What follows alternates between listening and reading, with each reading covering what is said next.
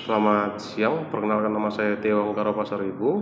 Saya akan menjelaskan ringkasan dari materi 1 sampai dengan materi 7 mata kuliah sosiologi politik. Pengertian sosiologi politik. Sosiologi politik merupakan ilmu pengetahuan yang mempelajari keteraturan kekuasaan secara khusus, lembaga negara, pemerintahan, otoritas, dan hal lainnya yang menyangkut kehidupan masyarakat. Pendekatan sosiologi politik ada 4, secara historis, komparatif, institusional, dan behavioral. Ada 3 tokoh teori sosiologi politik. Yang pertama Max Weber yang menerangkan aspek politik dari hubungan sosial, yaitu penggunaan kekuasaan. Ada Karl Marx memprediksi aspek dari dunia sosial beserta perubahan dalam struktur sosial dan proses yang mengikutinya.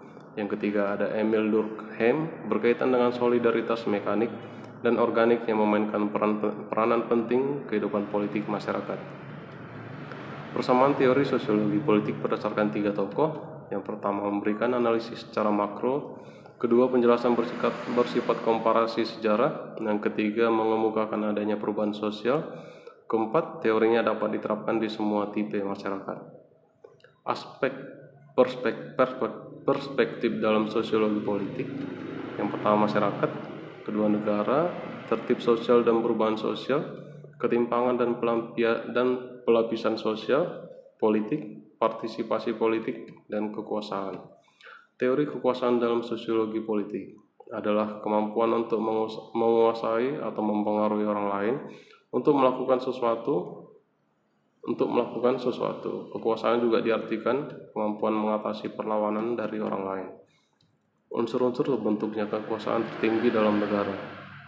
Yang pertama, adanya kepentingan dan dorongan untuk menciptakan ketertiban sosial.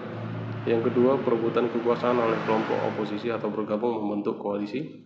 Yang ketiga, keinginan untuk mempertahankan integritas kelompok. Yang keempat, tercukupinya pangan dan jaminan kedamaian. Yang kelima, legitimasi dapat terjadi atas 2 hal, kepatuhan warga masyarakat dan merupakan negara yang merdeka. Kekuasaan pada masyarakat ada yang sah dan ada yang tidak sah. Yang sah dikatakan sah apabila nilai yang berlaku dalam menjalankan kekuasaan diterima dan diakui oleh masyarakat. Misal keputusan yang dibuat pengadilan, ayah yang menghukum anaknya. Yang tidak sah, tidak diterima dan tidak diakui oleh masyarakat, misalnya kasus pemberian uang suap. Legitimasi merupakan penerimaan dan pengakuan masyarakat terhadap hak moral pemimpin untuk memerintah, membuat dan melaksanakan keputusan politik.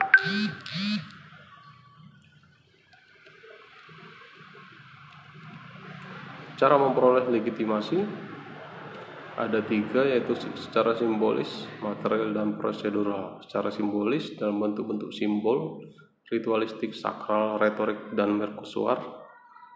Materi, dia menjanjikan memberikan kesejahteraan materi kepada masyarakat. Yang ketiga, prosedural, menyelenggarakan pemilu untuk menentukan pejabat publik. Kritik sosial merupakan sebuah bentuk dari komunikasi yang dapat dipahami baik dalam bentuk lisan maupun tulisan, bertujuan untuk mengontrol jalannya sistem sosial yang berkenaan dengan masalah interpersonal. Bentuk kritik sosial adalah secara langsung dan secara tidak langsung.